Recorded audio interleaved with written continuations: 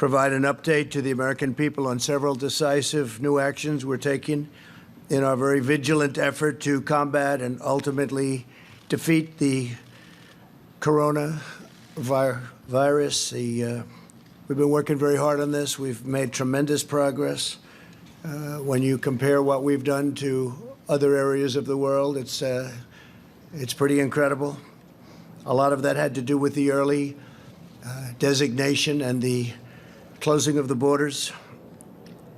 And as you know, Europe was just designated as the hotspot right now, and we closed that border a while ago. So that was lucky, or through talent or through luck, call it whatever you want.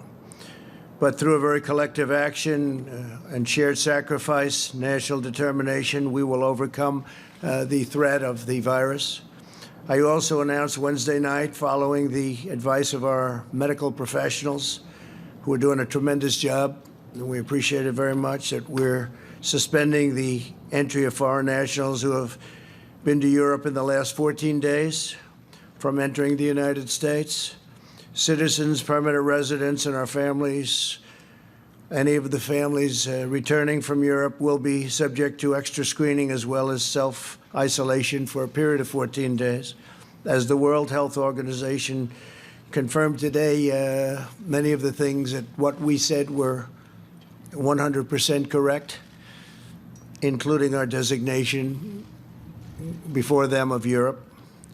Like our earlier very aggressive actions with China, this measure will save countless lives. I appreciate a number of the folks behind me, number of the people behind me said that that saved a lot of lives, that early designation. But it is only the beginning of what we're really doing, and now we're in a different phase. We had some very old and obsolete rules that we had to live with. It worked under certain circumstances, but not under mass circumstances.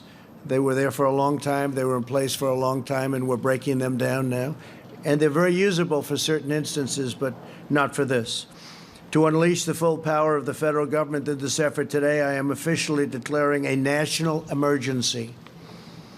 Two very big words. The action I am taking will open up access to up to $50 billion of very important and a large amount of money for states and territories and localities in our shared fight against this disease. In furtherance of the order, I'm urging every state to set up emergency operation centers effective immediately. You're going to be hearing from some of the largest companies and greatest retailers and medical companies in the world. They're standing right behind me and inside of me. I'm also asking every hospital in this country to activate its emergency preparedness plan so that they can meet the needs of Americans everywhere. The hospitals are very engaged.